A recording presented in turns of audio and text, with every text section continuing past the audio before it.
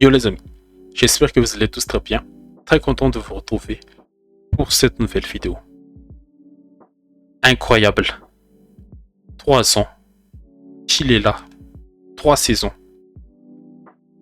Et c'est la deuxième fois consécutive qu'il emmène cette équipe parisienne en finale de la Ligue des Champions. Luis Enrique a créé une équipe.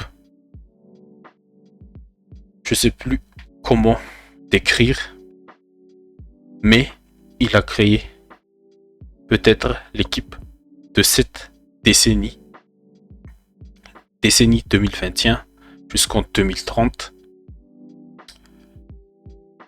C'est trop fort ce qu'il fait avec cette équipe. Et oui, le PSG se qualifie en finale à Budapest et il aura rendez-vous contre Arsenal pour aller chercher sa deuxième étoile et une deuxième Ligue des Champions consécutive.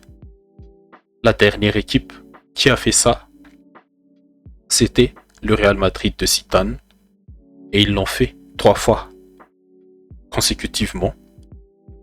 Mais ce que fait Luis Enrique depuis son arrivée, il a vraiment créé une machine et ils sont allés chercher leur qualification sur ce score de 1 partout, sur le score cumulé 6-1, avantage Paris. Mais ce soir, Luis Enrique n'en pouvait plus. C'était vraiment très intense, surtout les dernières minutes de la rencontre. Mais, on l'a dit, il a créé quelque chose de très grand et qui s'inscrit déjà dans le panthéon du football moderne du 21e siècle. Regardez l'osmose entre les joueurs et le staff technique au coup de sifflet final. Kimmich qui est en train encore de discuter avec l'arbitre. La réaction des joueurs dans les temps additionnels de la deuxième mi-temps, c'était sur une faute obtenue par Kvaratskhelia dans la moitié de terrain du PSG. La réaction de Dembélé et de Doué, ça en dit beaucoup sur l'osmose et la solidarité qu'il y a dans cette équipe. Vincent Kompany, c'était presque. Peut-être qu'il manque encore cette petite expérience pour aller encore plus loin en Ligue des Champions. Bon, en Allemagne, il contrôle déjà la zone. Mais pour le moment, en Europe, c'est la zone de Luis Enrique et peut-être la zone d'Arteta. Mais le PSG aura son destin en main pour garder sa couronne en Europe. Et comme d'habitude, avant de commencer mon petite analyse, je vous invite déjà à liker la vidéo et surtout, je vous invite à vous abonner. Et du coup, ce PSG, le 11 de départ, on l'a dit, Zaïre Emery à la place d'Hakimi. Et quel match de Zaïre Emery. L'un des meilleurs parisiens. Et surtout, l'un des meilleurs parisiens aux côtés de Pacho. Et c'est ça aussi, Luis Enrique, la plus grande réussite de Luis Enrique dans ce match, c'est qu'il a renié ses principes de jeu. Il a renié ses principes de jeu. Il s'est mis en mode cholismo. Mais tout ça, c'est grâce aux efforts de ses individualités sur les terrains. Et Pacho, Zaïre Emery, c'est l'incarnation parfaite de ce travail défensif, collectif des Parisiens. Et même les entrées, Beraldo, Lucas Hernandez, Je me souviens plus, mais oui, Lucas Hernandez, Mayulu Barcola, ils étaient impliqués dans cette tâche défensive collective. Mais en résumé, tous ces joueurs ont fait une top performance ce soir. Et le plan était rapide. Essayer de marquer le plus tôt possible pour contrôler un peu plus. Contrôler le chaos et l'intensité. On l'a évoqué dans la preview. Il fallait que l'une des deux équipes contrôle un peu plus ce chaos pour que ça s'emballe pas trop comme au match aller. Et c'est Paris qui a réussi. On l'a dit, ça pourrait venir des milieux de Joao Neves, de Vitinha, de Fabian. Mais Paris a fait un match défensif collectif. Et c'est comme ça qu'ils ont réussi à contrôler le match, malgré qu'ils ont subi beaucoup en fin de première mi-temps et en fin de deuxième mi-temps. Et le plan était bien lancé par cette ouverture du score à la deuxième minute. Le mauvais pressing des Bavarois a aussi facilité l'action, mais cette passe de Pacho entre, je pense, Harry Kane et Olysée, il casse le premier bloc de pressing. Upamecano va essayer de sortir rapidement sur Kvaratskhelia, mais l'intelligence du chirurgien, en une touche, il va dévier sur Fabien Ruiz, l'a positionné en tant que latéral, et Leimer ne sort pas assez. Il est aussi pris par la déviation rapide de Kvara sur l'action, et tout se passe en une touche. Kvara, il s'est bien débarrassé du marquage d'Upamecano, et Fabien Ruiz a bien lu l'espace et le jeu où il fallait mettre le ballon. Et sur l'action, Upamecano s'est fait complètement manger en vitesse par Kvaratskhelia. Upamecano, c'est quand même un défenseur qui a de la puissance, mais sur cette action, il s'est fait complètement larguer par le chirurgien. Et après, la lucidité d'aller chercher Dembélé au deuxième poteau. Stanisic aussi n'arrive plus. Il est perdu dans l'action. Il y a aussi ce magnifique appel, ce faux appel très intéressant de Zaïre Emery qui aspire un peu plus Stanisic. Stanisic qui a déjà laissé Dembélé sur son côté. Et la finition de Dembélé clinique en une touche. Ouais, je pense que c'était en une touche. Mais magnifique finition. 1-0. Et c'était le match parfait, on l'a dit. Et à partir de ce moment-là, de l'ouverture du score, Paris est passé dans ce mode gestion défensive.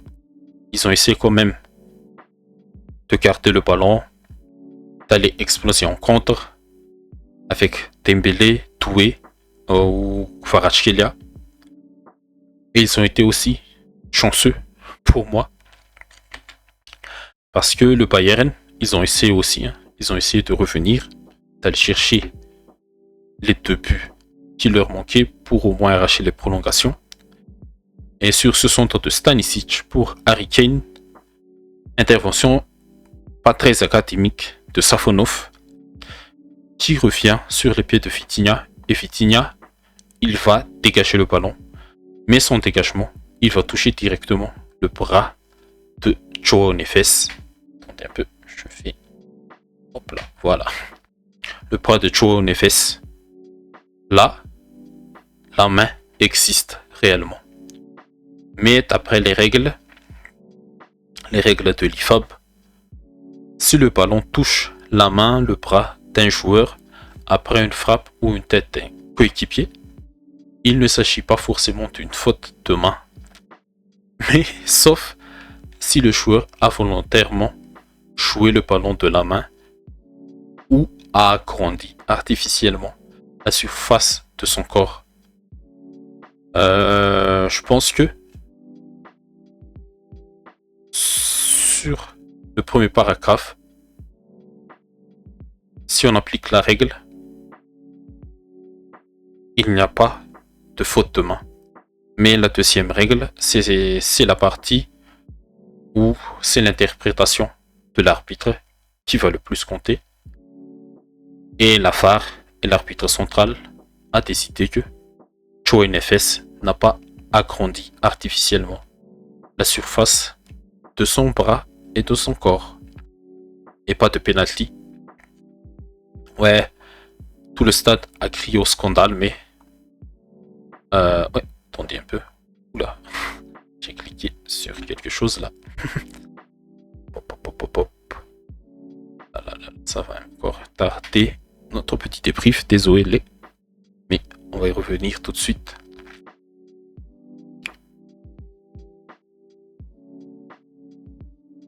Voilà. Bon, la main, elle existe, mais c'est sur. Je pense que la décision c'est faite sur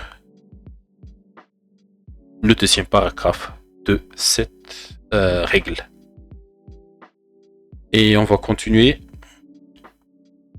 Et juste après cette main non sifflée, c'était Joe Nefes qui a eu l'occasion de mettre le but de 2-0. Et encore une fois, les deux Portugais se trouvent parfaitement à l'aveugle.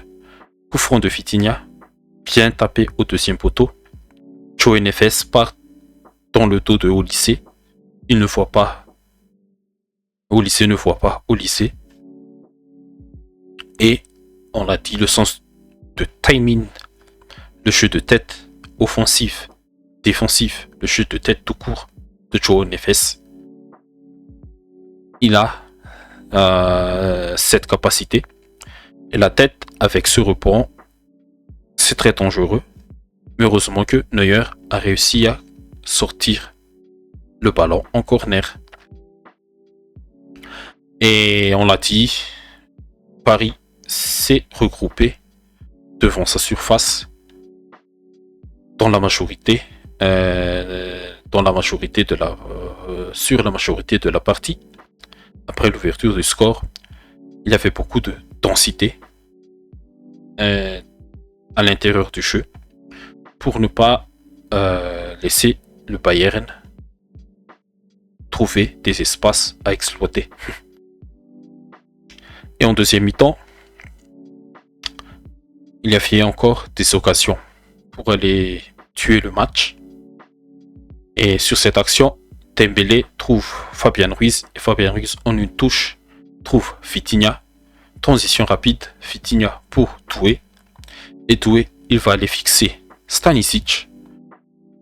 Petit passement de chambre sur le latéral bavarois. Et frappe du 3 après. Il n'a pas pu enchaîner rapidement sur ce dribble parce que le ballon est un peu resté sur le sol et sur ses pieds. Mais il a réussi quand même à enchaîner avec un tir arrêté par Neuer. Et quelques secondes plus tard, c'est Kvaratskhelia qui est trouvé, lancé encore une fois par Fabien Ruiz, après que le Bayern n'a pas réussi à faire une transition offensive. C'est Kvaratskhelia qui va fixer Upamecano. Hop.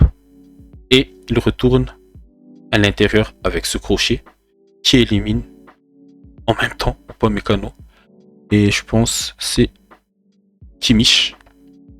Et sa frappe du gauche après, encore arrêtée par Manuel Neuer. Et pendant la première partie de la deuxième mi-temps, On s'est dit que Paris est tout proche du 2-0, que le Bayern est proche de l'égalisation à un partout. Et quelques instants plus tard, c'est encore une fois Doué. Mais avant cette action, il a fait une suite de petits ponts de la part de Zahir Emery sur Laimer et de de Doué sur Laimer et de Zahir Emery sur Stanisic. Et sur cette action, il a fait la possibilité de d'apporter du danger dans la surface, mais ses coéquipiers n'ont pas accompagné l'action complètement. Et Zahir Emery a bien temporisé. Et c'est ça aussi ce qu'il fallait dans ce match. Ne pas s'emballer rapidement, même si tu as le momentum de la rencontre. Et sur cette action, Doué, il va tripler Kimmich, Stanisic, Laimer. Jonathan Tah arrive en soutien, mais il arrive encore à le fixer. Et après, une dernière fixation et enchaînement du 3. Très bel arrêt encore de Neuer à la fin. Mais si Doué a réussi à marquer sur cette action, j'ai dit, on éteint la télé et on va aller dormir. Et la cote de Doué pour le Ballon d'Or, il va monter 2 fois 1000 s'il a réussi à marquer cette action. Et Doué avant sa sortie, la deuxième mi-temps de Doué surtout, dans sa globalité, elle a été tellement meilleure que la première mi-temps.